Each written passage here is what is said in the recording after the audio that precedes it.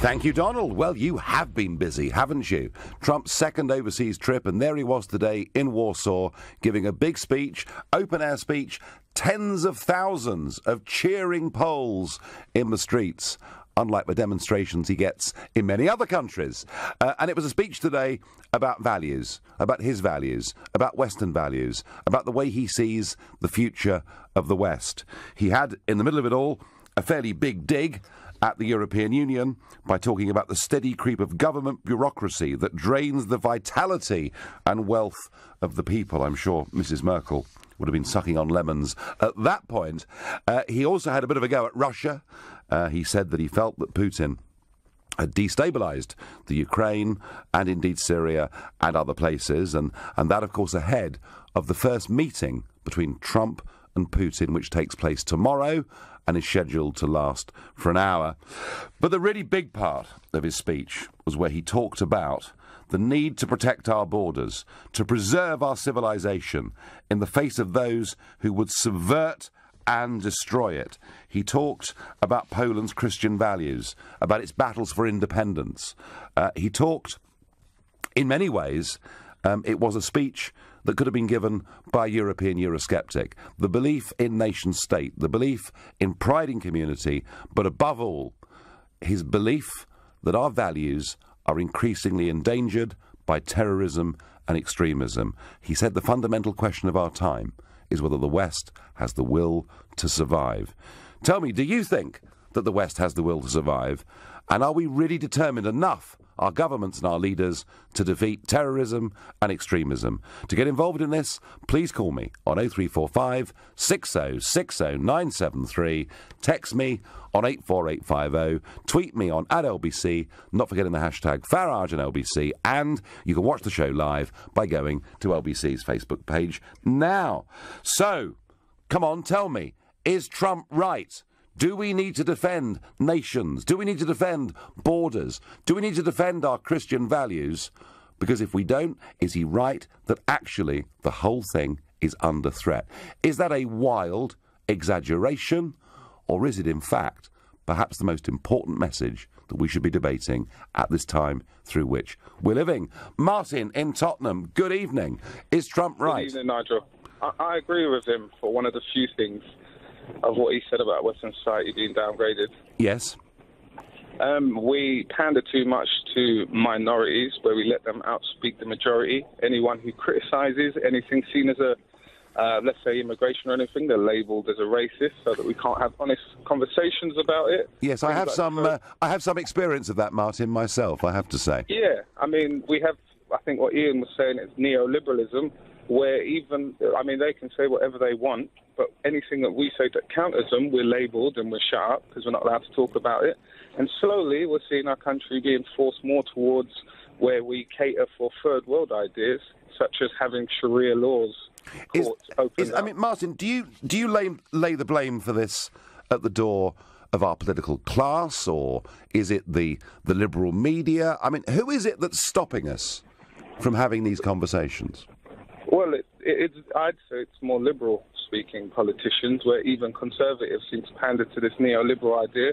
We don't have a true conservative government anymore. Instead, we have one that flip-flops back and forth, just trying to please everybody, rather than focusing on real issues which affect us and will affect us in the future.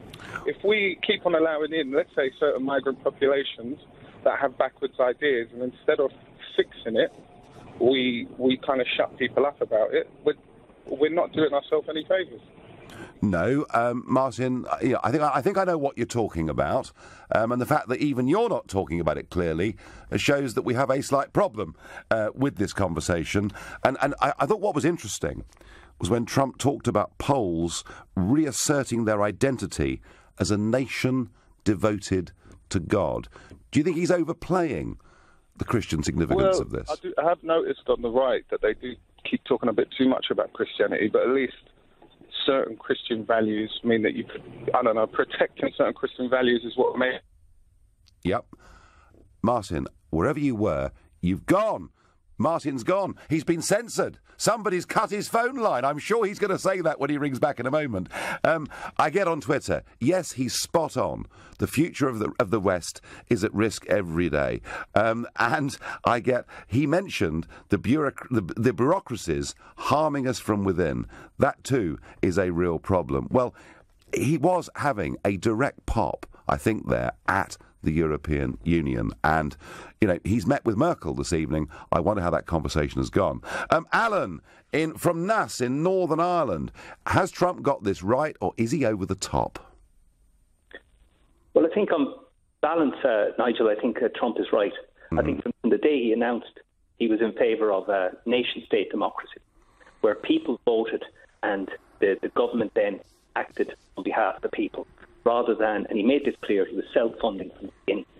Whereas if you take the EU, the Commission actually makes the laws. Yep. They are the people. The people don't realise that they are the sole originator of laws within the EU. Now, they can't deal with health, defence, or education, but all of the other laws are made by unelected officials that are actually appointed. Many of them have never held elected office at all, and the idea of nation-state democracy is so important because it gives the idea of citizenship, that people have rights and that they not only those rights got to be protected, but that they should actually, I don't want to say come first, but that their interests have got to be looked after by the people. Alan, I obviously agree with that, Alan, but given how powerful the Commission are, and you're quite right, they really are, do you think the Commission, the European Commission, has got the will to defeat terrorism and extremism? I think the Commission has a very cynical view of this. I think the Commission the reason that they're appointed rather than elected is because they are there to instigate a globalist agenda where trade trumps, literally, I hate about the pun, they trump the actual electoral system and the voter. And that the primary thing that they are interested in is the single market where you're basically using trade as that is the number one currency for them. And then the corporations, which Trump brilliantly pointed out, they just, borders are important for this reason, Nigel. You have to have a jurisdiction. You can't have laws that can be implemented unless you have a jurisdiction, and you can't have a jurisdiction without borders. And what do the corporations do? They outsource the jobs, or they bring in people. They say to you, well, if you're not prepared to work for this amount of money, we'll actually import labour. Which is what they do. Then they pay their taxes anywhere else but the country that they're actually in, such as Apple, 2.5% in Ireland. And then, when they're finished with that, the CEOs pay themselves. They're outsourcing the jobs or outsourcing the plants, and then outsourcing the tax liability for schools, hospitals, etc. They then pay themselves a massive pay rise. And Trump... Well, he of course, Alan, famously is talking about an America First policy. But it's interesting, it's not an isolationist policy, because he's actually busy now travelling around the world. But I think what Trump's really saying to us, Alan, is that what you've done in Europe is you've given power away to unelected bureaucracies, something that the argument you've made in your phone call tonight. And when it comes to the West having the will and the ways to defeat terrorism, extremism, what he's really saying is that Mr. Juncker, aided and abetted by Mrs. Merkel, opened the doors to uncontrolled migration across the Mediterranean, which Trump believes will lead to a direct threat to our civilization. Alan, I thank you for pointing out clearly the powers of the European Commission. Dina in Maida Vale. Hi, Nigel. Good evening. So, is Trump on the right tack with this, or is it a bit over the top? No, I think what's happening is that President Trump is reasserting himself as the world's religious leader. Religious leader? Yes, I do, yes. I mean, he's been to Saudi Arabia, where he got a wonderful welcome. He then went to Israel, then he went to visit the Pope, and now he's gone to a very Catholic country. Because, of course, his wife is Roman Catholic. She is, yeah. Yes, and I think he's begun to realise how little respect he has for politics, and how he's up against the wall with people he's got no respect for, and he's not going to take it lying down. So I think he's going to go to all the religious countries where he can have a real debate about what does it mean to be human? What does it mean to work together to create a much more fundamentalist religious environment again?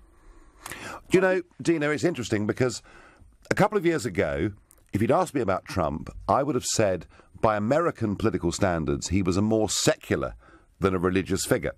You know, very often, particularly in the Republican Party, you know, God comes into almost every speech they give. It didn't used to with Trump, and yet, and I was there at his inauguration, and he chose to put his hand on a prayer book that his mother had given him when he was 10 years old. And I think you're right, Dina. He is now talking about Christian values, and he, in many ways, is saying that there needs to be an honest conversation within Islam. As he said to them in Saudi Arabia, drive out of your places of worship those who are doing such great damage. So Dina, I think in many ways you're on the right track. I think he is making religion a big part of his premiership, of his presidency.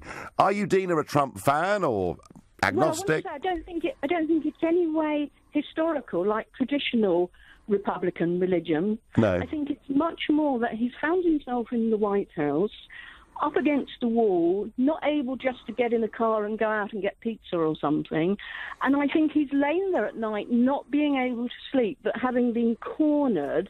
And he's had like some kind of a mini breakdown or breakthrough or Damascus experience where suddenly he realises something's happened.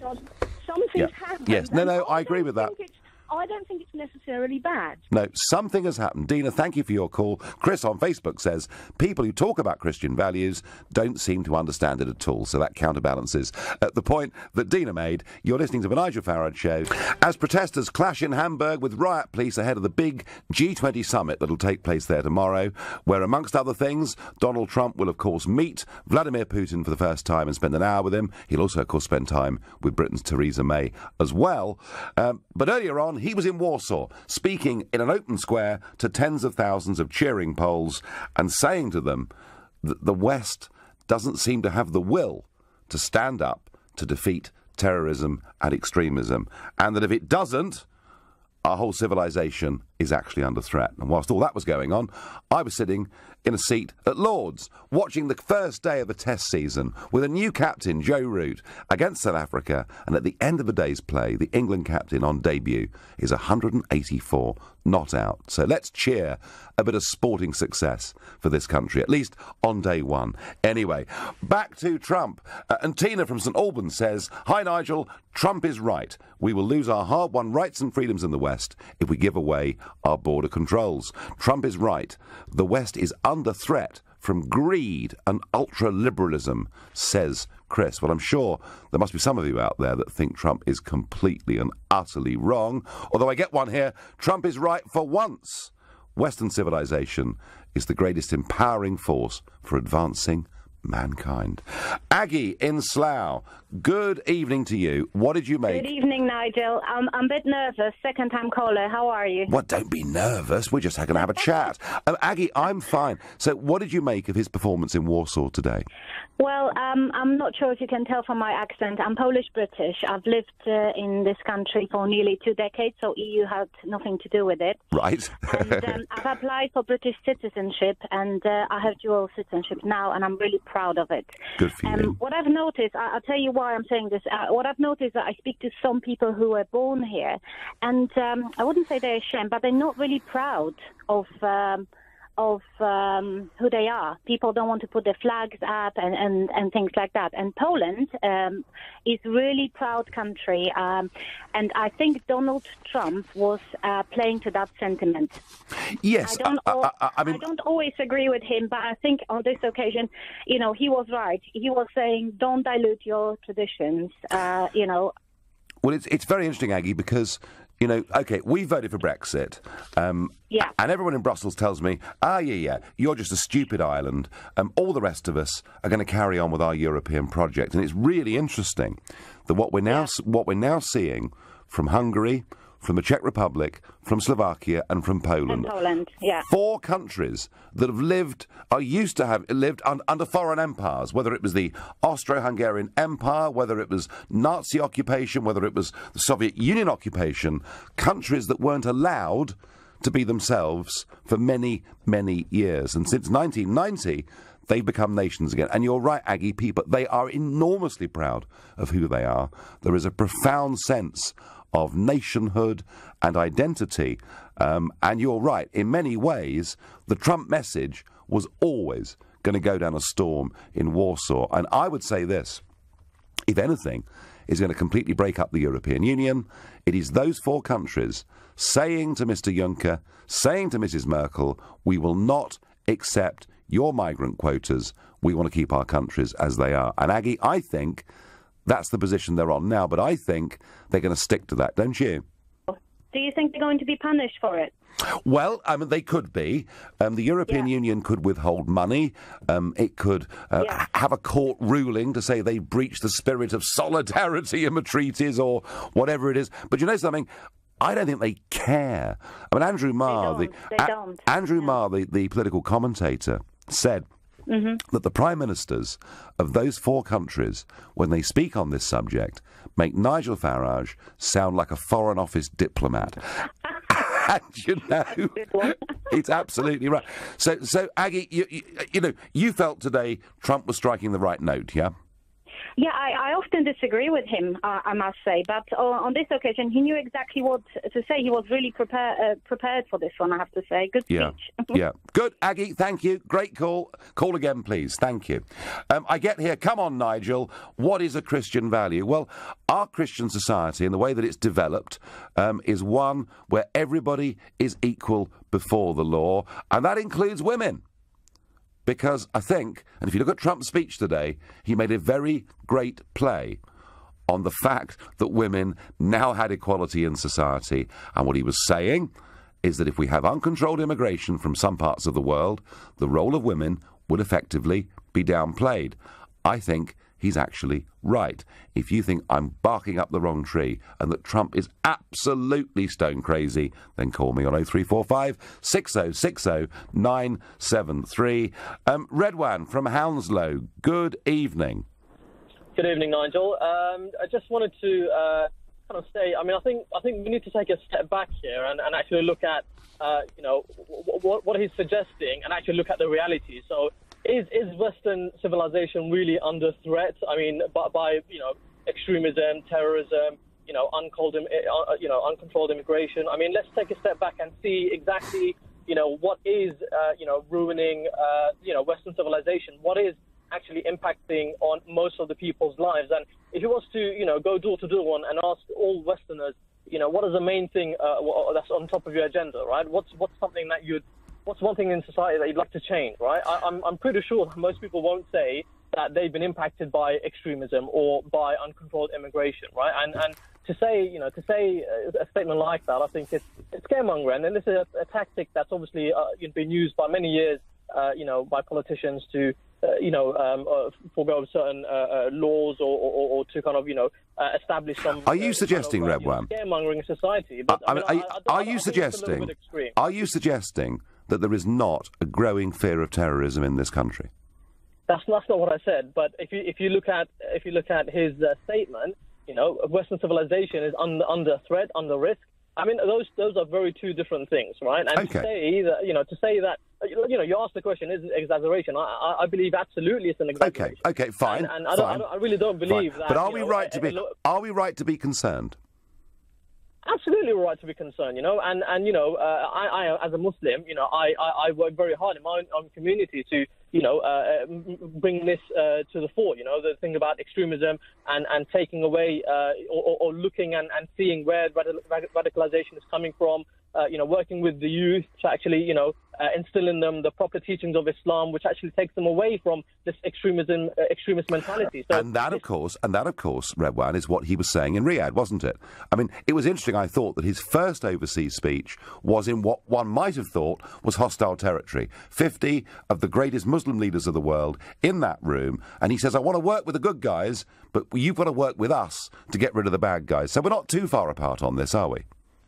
No, fair enough. But I think what I fear this is gonna, the repercussions of this statement is that you get all of the unfortunate right wingers coming up and saying, yeah, absolutely, this is if Donald Trump is now saying, the world leader is now saying that we have a right to be scared and our civilization is under threat, then that's just going to increase even more hostility between people of other faiths with those right wingers that want to sell in the society. But equally, we do have to act, don't we? I mean, when you saw those figures that came out from a German government agency admitting there are now perhaps as many as 24,000 people living in Germany, who they're worried could be either terrorists or linked in some way closely to terrorists or terrorism, and that many of them have come in over the course of the last 2 years pretending to be refugees. There is a problem here, isn't there?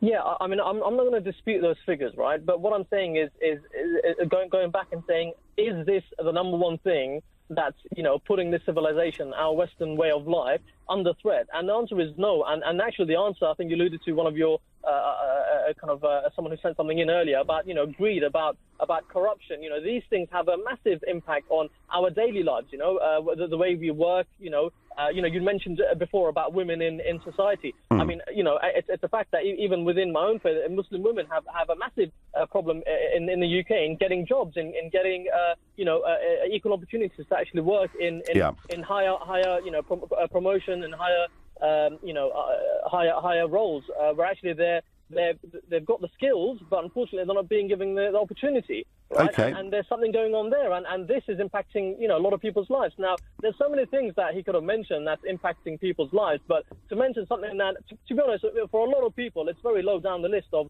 what they would deem as impacting their way of life or undermining the Western civilization. Well, as we know it.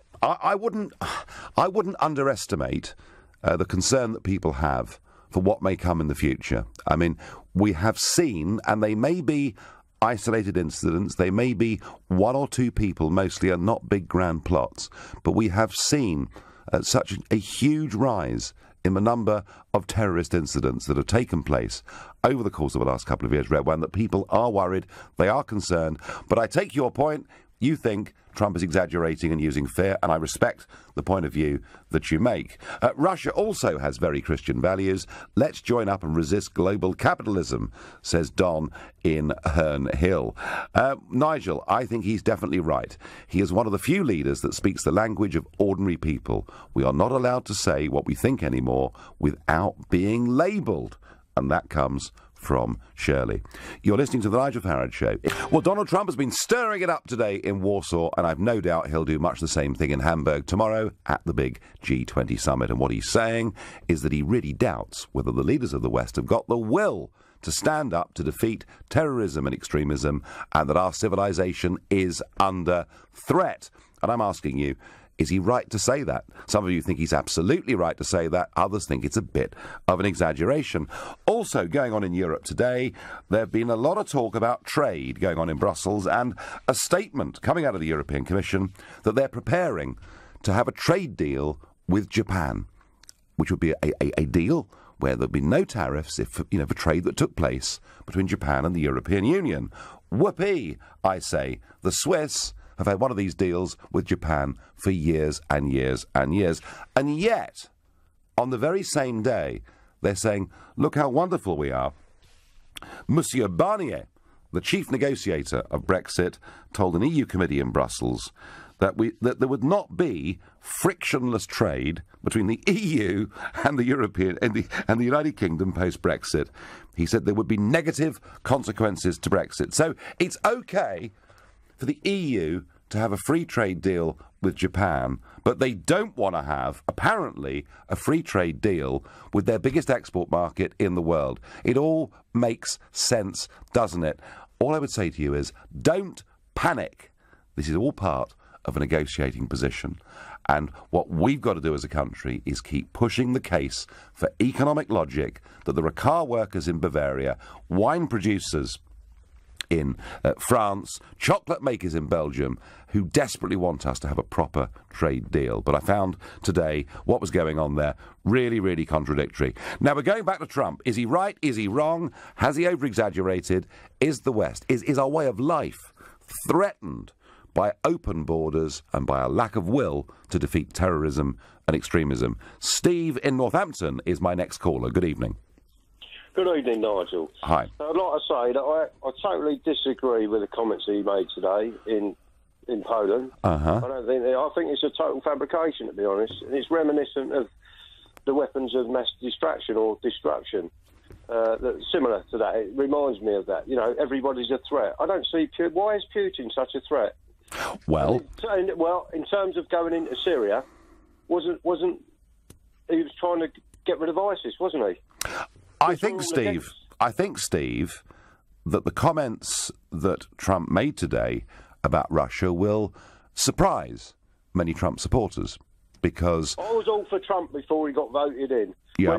When I followed his campaign and I was listening to yourself and Trump, I thought he was the best thing since sliced bread. George Orr, not war, this sort of thing. And then as soon as he's got in, he's let their missiles off, these so-called chemical attacks that Syria was meant to have carried out on their own people. He retaliated with the missile attacks. I couldn't believe that. I thought, what's happened to this diplomatic, sort of like peaceful Trump? All of a sudden, he seems to have changed. And I find it quite sort of a bit worrying. I don't buy this sort of like big threat thing. I don't buy it one little bit. I think it's fabricated. He's trying to drum up support for something bigger. That's how I see it. Well, you may be right. I mean, Steve, I think, you're not alone. A lot of Trump supporters would say that he's stuck 100% to everything he said in the campaign, apart from this issue. Now, don't forget, he's meeting Putin tomorrow. He's written a book, The Art of the Deal, and it could be that he's saying things like this today because he wants to emerge from the meeting tomorrow to say, do you know what? We've met. We've spent an hour together. We've found some common ground. So I just wonder, Steve, whether what was said today, whether that was perhaps a part of it. I don't know, but it could have been. But on the other point, Steve, the big point about open borders, about really questioning whether the West has the will. I don't agree with the open border policy. It's farcical. I've never seen immigration like that. It's on a biblical proportion. I mean, how come that amount of people were let to travel all the way across Europe? I've worked with Afghanistanis, right? They walked across 9 countries. It took them a year to get here. I'm a brickie. They're labourers working here. Yeah. I mean, I can't believe what I'm hearing. I've worked with so many different nationalities this year. It's unbelievable. I'm not faulting them. I'm faulting how it's all been instigated. It seems very strange to me how they can, the powers that be can let something like that take place. And I wonder why. And I question it all. Do you think, Steve, that our way of life, our values, are potentially under threat from terrorism and extremism? Well, I'll say one thing. Before we invaded Iraq, I don't think ISIS and ISIL, so the likes of these, existed, or they did. They did, but not. But they wasn't coming over here and carrying out cell attacks like in small pods like they're doing now, were they? No, that is true. So what you're saying is that our military interventionism, by doing this, we basically made life worse for ourselves. Yeah, to sum it up simply. Yeah. No, I understand that. Steve, thank you for the call. Interesting. There are quite a few people who were pro-Trump who are worried about this line on Russia, and that was Steve's big takeout from the speech in Warsaw today. Western civilization, led by the US, is the safeguard for liberty and freedom, says Jesse on Twitter. The sooner we distance our country from the USA, the better it's going to be. Trump is a nutcase, says Ada from Purfleet. Well, he certainly excites emotions on both sides of this debate. OK, Anthony in Battersea, do you think that Trump got it right today, or was he over the top? Hiya, Nigel. Can you hear me? I certainly can. Hiya. I think he's definitely got it right in the fact that Western civilization is under threat from terrorism. But you can't just generalise this certain area to terrorism where the whole world, we see it in our everyday life. We've seen what's happened to London and Manchester, terrorism that happens. It happens everywhere, and you can't just dignify it. Like, you can't just say Western civilization is under threat from terrorism, because he's such a big figure that if he's going to talk about terrorism, he needs to talk about the risk to everyone around the world. He's made all the right calls about terrorism, speaking about the UK government that came back after the terrorist threat, saying that there's nothing wrong, we shouldn't fear anything, where we really should, because this terrorism is serious, and he's the only person in politics today that actually speaks about it. Truly. Yes, he is. Oh, no, yes, he is. I mean, Anthony, he was giving this talk in the context. He was using, in a sense, the West. When he used that today, he meant Europe and America. That's really what he was talking about. Yep. And I think, to be honest, Anthony, he was having a mega dig at the concept of European Union, wasn't he? He talked about bureaucracy, what it does to us, but he was making the point that nations need to be strong, nations like Poland need to be proud, and they need to have their values. That, Anthony, was the message today, really, wasn't it? And some would call it nationalism. And some would say that's a bad thing, and some would say, actually, it's rather a good thing. What do you think? Of course, but terrorism's global. We need to be coming together with other countries. Well, I understand the whole concept of Brexit, and I believe that it was the right call leaving. And I support you on your movement in it and everything that happened. But I think we should be more coming together with countries that actually are coming out telling us we want to tackle these threats in other countries. Like ISIS are doing such a big threat at the moment that we need to be coming together with other countries that want to fight them, whether they be in Europe or not, other continents, all these other different things.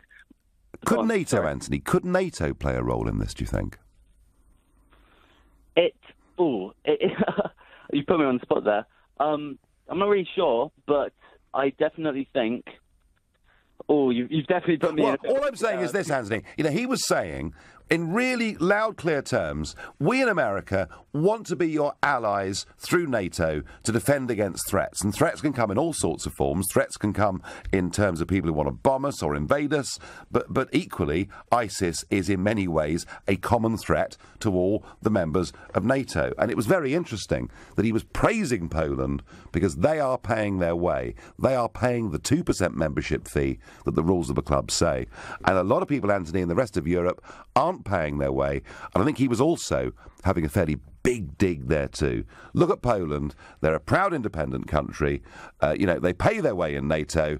And look at most of the northern European countries who simply aren't doing it. But Anthony, I take your point. He's one of the few global leaders who even dares to talk about it. Michael in Peterborough. Marks out of 10 for Donald Trump today. I'm sorry, I can't, Nigel. I can't give you a mark out of 10. Can I just make a couple of comments? Yeah, of course. Yeah. So for most of the time, Donald Trump is completely incomprehensible and banal. He hasn't got an intellectual contribution to make to the world stage, I don't think. I think he's using, this sort of language to have to say something because he has got nothing positive or no contribution to make to the world, as I've said. So. I think I would ignore what he's got to say, and eventually we'll all forget about him. Well, Michael, I'm going to disagree with that point, because what he said in Riyadh was utterly comprehensible. It was that the Muslim world and the West need to work together to fight against extremism. That was pretty simple and clear, wasn't it? Yeah, I mean, that is true. And, of course, extremism has lots of forms, lots of different cohorts of people that you can call extremists. But I still think, well, what do you do with that information? What do you do with those comments?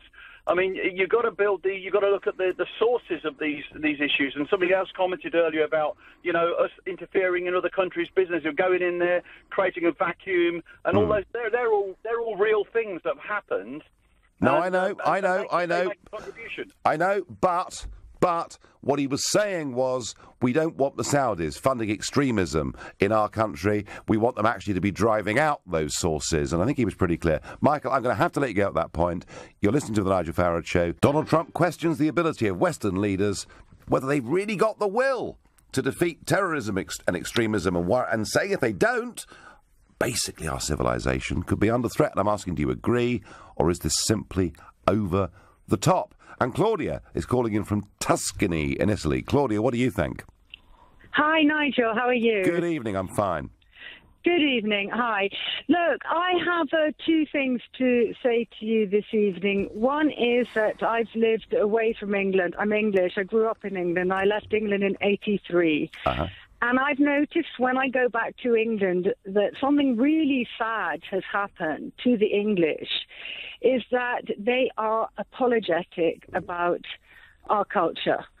It's not, I have nothing against any immigrants or anything. I think it's great. But I think the English have got to stop apologising and start being proud of their culture and upholding their culture a lot more. That is what I've noticed. So that, in a way, Trump was holding up Poland, wasn't he, today, as an example of that? He said, you are a proud people, you're proud of your country, your religion, your values, and he was really saying the whole of the West needs to be like that. So I guess, maybe that's why he chose Warsaw to give this speech. I don't know. I personally would never have voted for Trump, but he was put in democratically, and I believe in democracy. However, my second point to you is that I became really disappointed and disillusioned with Donald Trump when the first thing he did when he went on his overseas trip was to go to Saudi Arabia and make an arms deal with them for billions. And I don't find what he's saying tonight very coherent with that. I mean, we all don't really know what's going on in the Middle East and who are the good guys and who are the bad guys. No, I know that. I have no idea, but I don't like the special treatment that everybody's giving Saudi Arabia. I would not want to be a woman in Saudi Arabia, believe me. No, quite. And I don't see why Donald Trump, on his first overseas trip, makes a huge billion arms deal with them, selling arms to them, brokered by his son-in-law, which I didn't particularly like either. And now, on his next overseas trip, he's telling us all we've got to fight terrorism. It just doesn't... I mean, you explain to me, Nigel. Tell me if I'm wrong. Well, Claudia, I do understand that concern. And don't forget that it's the same with the British government. We're very keen to do business with Saudi Arabia too. I guess Trump would say this: I was elected, number one, to bring jobs back in manufacturing in America, and number two, to fight terrorism. And he would argue the two are not inconsistent. But I do understand the way you feel about this. I mean, he did the deal, yes, but he also did actually challenge Muslim leaders in Saudi Arabia in a way that no Western leader has ever done before. Did he not? I don't agree really with that. I think that he shouldn't have been selling arms to them. All right. Full stop. That's my humble opinion. No, fine. No, I don't. Look, there are many people, Claudia, in this country who are disquieted about the trade we do with Saudi Arabia, and indeed, it wasn't long after that Saudi trip that everybody decided that actually Qatar are the bad uns. They're the guys that have to be isolated. But you're quite right. Picking the good guys and the bad guys in the Middle East is very, very difficult, and it's the main reason why I was so against the British getting involved in the conflict in Syria. Assad is the bad guy, the rebels are the good guys, and then it turns out that the rebels have amongst them lots of people who are part of, ISIS or groups that are linked to it. So picking good uns, picking bad uns, it really is a very difficult thing. Claudia, thank you ever so much for your call. I'm going to ask Anthony and Friar Barnet, is Trump right or wrong, good guy or bad guy today? Oh, good evening, Nigel. Good evening. Trump's absolutely spot on. Yep. Never a truer word said. Right. I think the levels of migrants coming into this country and Europe is extremely worrying. The levels of recent terrorism in this country and throughout. And I think he's absolutely right to attack the right. And I think that's where the worry is for me. I think it's from the right. And I think, let's put things into perspective here. He's the most divisive, president in some years. I think he's the most divisive leader we've got in the Western world. Right. That we've had for some time. And I think what has happened in politics of recent is it's quite binary. You're either to the left or you're to the right. Or in Donald Trump's case, and perhaps yours, Nigel, you're kind of far to the right. And I think that in his position... Surely you can do better than this, Anthony, can't you? I mean, please, well, really.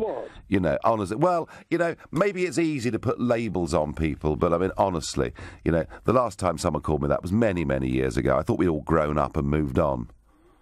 Well, I have grown up, Nigel, but I think you have to understand the world that we're in.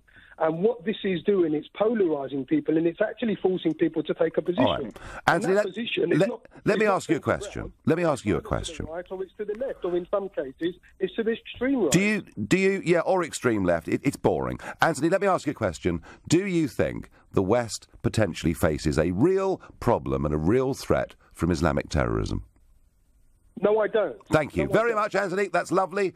End of the call. Anthony thinks we face no threat at all from Islamic terrorism. That is his view, which is probably why he wants to throw silly labels at other people. Now, earlier this week, we spoke and talked at length about the case of 10-month-old Charlie Gard, and we thought it was a remarkable thing that the Pope and even the President of the USA, Donald Trump, had got themselves involved in this case, and the vast majority of you, through your tweets and texts and phone calls, very much agreed with my view on this, which is that the state should not have this power, that if Charlie's parents want to take that boy to the USA to have one last shot at being able to help him, they should be free to do so. We had a very powerful and very strong debate on it. Now, joining me now is Maria Tatalovic. She's a close family friend, and she's been at Charlie's bedside on a daily basis. Maria, good evening, and thank you very much for coming in. Good evening, Nigel. Now, it's been reported that the life support machine for Charlie will be switched off tomorrow. Is this what you're expecting? Yes, this is the latest information that I understand has been given, and that is the expectation, that the life support machines will be switched off tomorrow morning. We are in the home stretch, really, of fighting to have Charlie released from this hospital and transferred into the care of doctors willing to treat him, preeminent doctors willing to care for him and treat him for the condition that he is suffering from. So I'm guessing that Connie, his mother, must be absolutely beside herself right now. Absolutely. I'm also a mother, and for me, the reason why I feel so strongly about this, in addition to being Connie's friend and having seen Charlie every day for the last 2 months, at least a couple of hours a day, is that whose child is Charlie, as you have rightly said. Chris and Connie want to go to America to do this, and the British courts are stopping this. And they have the money to pay for it, and there's no prohibition legally in the order for the baby to be transferred to the United States or anywhere. So he's being held against their will in the hospital without judicial backing to justify this. And politics aside, Maria, was Donald Trump's statement in all of this useful, do you think? Absolutely. I mean, we have the support of the President of the United States of America. He is a grandfather. He is a father. From a parental perspective, from a pro-choice perspective, and Connie and Chris were, I mean, their whole family, Connie's mom and dad, took it very personally and in a very positive way, that he actually took the time, the moments to tweet about their child, and they were very proud of that, and they were very grateful for his involvement. Yes. I just wanted to say, Nigel, Charlie is so stable. He is thriving. He is growing. We've never had any emergencies. We've never had any issues with organ failure. He's only on air. He does not even need to be fed or pumped with oxygen. He's only on a feeding tube. He's lying on a normal bed. He's not in an incubator. He is accessible to us all. We touch him. We hold his hands. I massage him because they move him around. So he's a living being. He does not deserve to die. Is there anything that can be done, in your view, at this late stage? Gosh has a choice. They are not obliged to terminate life. They are not permitted to terminate life. The order allows them to withdraw ventilation, but they are not allowed to deny access to this baby by doctors who are willing to maintain him alive and provide treatment. Therefore, if Gosh should decide to take the right decision, in my opinion, They can. It can be varied. It can be agreed. And has the Prime Minister involved herself in this case at all? My understanding is that she has expressed put forward a statement. The most important part of it, in my opinion, is the fact that she has mentioned the possibility that new information, should it be provided, would be taken into consideration. I would certainly hope that Gosh would do that. Yeah. I would not be surprised if they did not, which is something that they've done in the past. They have disregarded the opinion, support, and willingness to treat by doctors who are possibly better than them and more experienced. Well, there is a meeting. This. There is a meeting tomorrow, of course. Yes, between Theresa May and Donald Trump. Indeed, they're going to meet in Hamburg tomorrow, and I think perhaps, Maria, what we need to do here, you and I together, is we need to urge President Trump to talk to the British Prime Minister and say, talk to this committee of doctors and try and give little Charlie one last chance. So go on, give President Trump a message, and I'll make sure he hears it. President Trump, I never thought I would actually direct a message to you, but please save this baby. We just need him to be released, transferred, and receive treatment which will be paid for. We are not asking for anyone to treat that doesn't want to. We don't want to force anyone. It's about choice. It's about parental rights. It's about human rights. And it's about the right to life for this baby who deserves it. Maria, thank you. That was beautifully spoken. Thank you so much, Nigel. And our thoughts are with the family, you, the friends. Thank you very much indeed. Well, that's all from me this week.